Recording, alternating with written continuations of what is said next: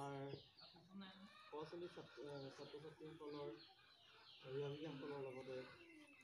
উপস্থিত অন্যান্য অভিভাৱকসকল, আমাৰ অংগনবাড়ী কেন্দ্ৰৰ কৰ্মী বীণাপাণি দুৱৰা বাইদেউ,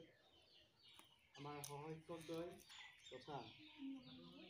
আমাৰ ৰন্ধন কৰ্মীদ্বয়, লগতে আৰু মোৰ মৰমৰ পঞ্চম ছাত্ৰ ছাত্ৰীসকল, আজি আমাৰ বিদ্যালয়ত বিভাগীয় নিৰ্দেশনাক্ৰমে আমি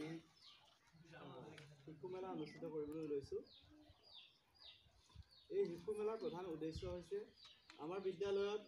যিসকলে বাল ভাতিকা বা কমান শ্ৰেণীত অধ্যয়ন কৰি আছে সেই ছাত্ৰ ছাত্ৰীসকলক আমি প্ৰাথমিক পৰ্যায়লৈ উন্নীত কৰিবৰ বাবে, অৰ্থাৎ প্ৰথম শ্ৰেণীলৈ উন্নীত কৰিবৰ বাবে যি ধৰণৰ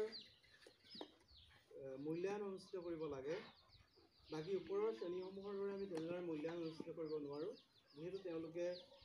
তেওঁলোকৰ সাংঘিকতাই হওক বা ভাষাৰ বিকাশেই হওক বা বৌদ্ধিক বিকাশেই হওক বা তেওঁলোকৰ বিকাশৰ লগত জড়িত বিভিন্ন দিশসমূহ আৰম্ভণি পৰ্যায়তে আছে।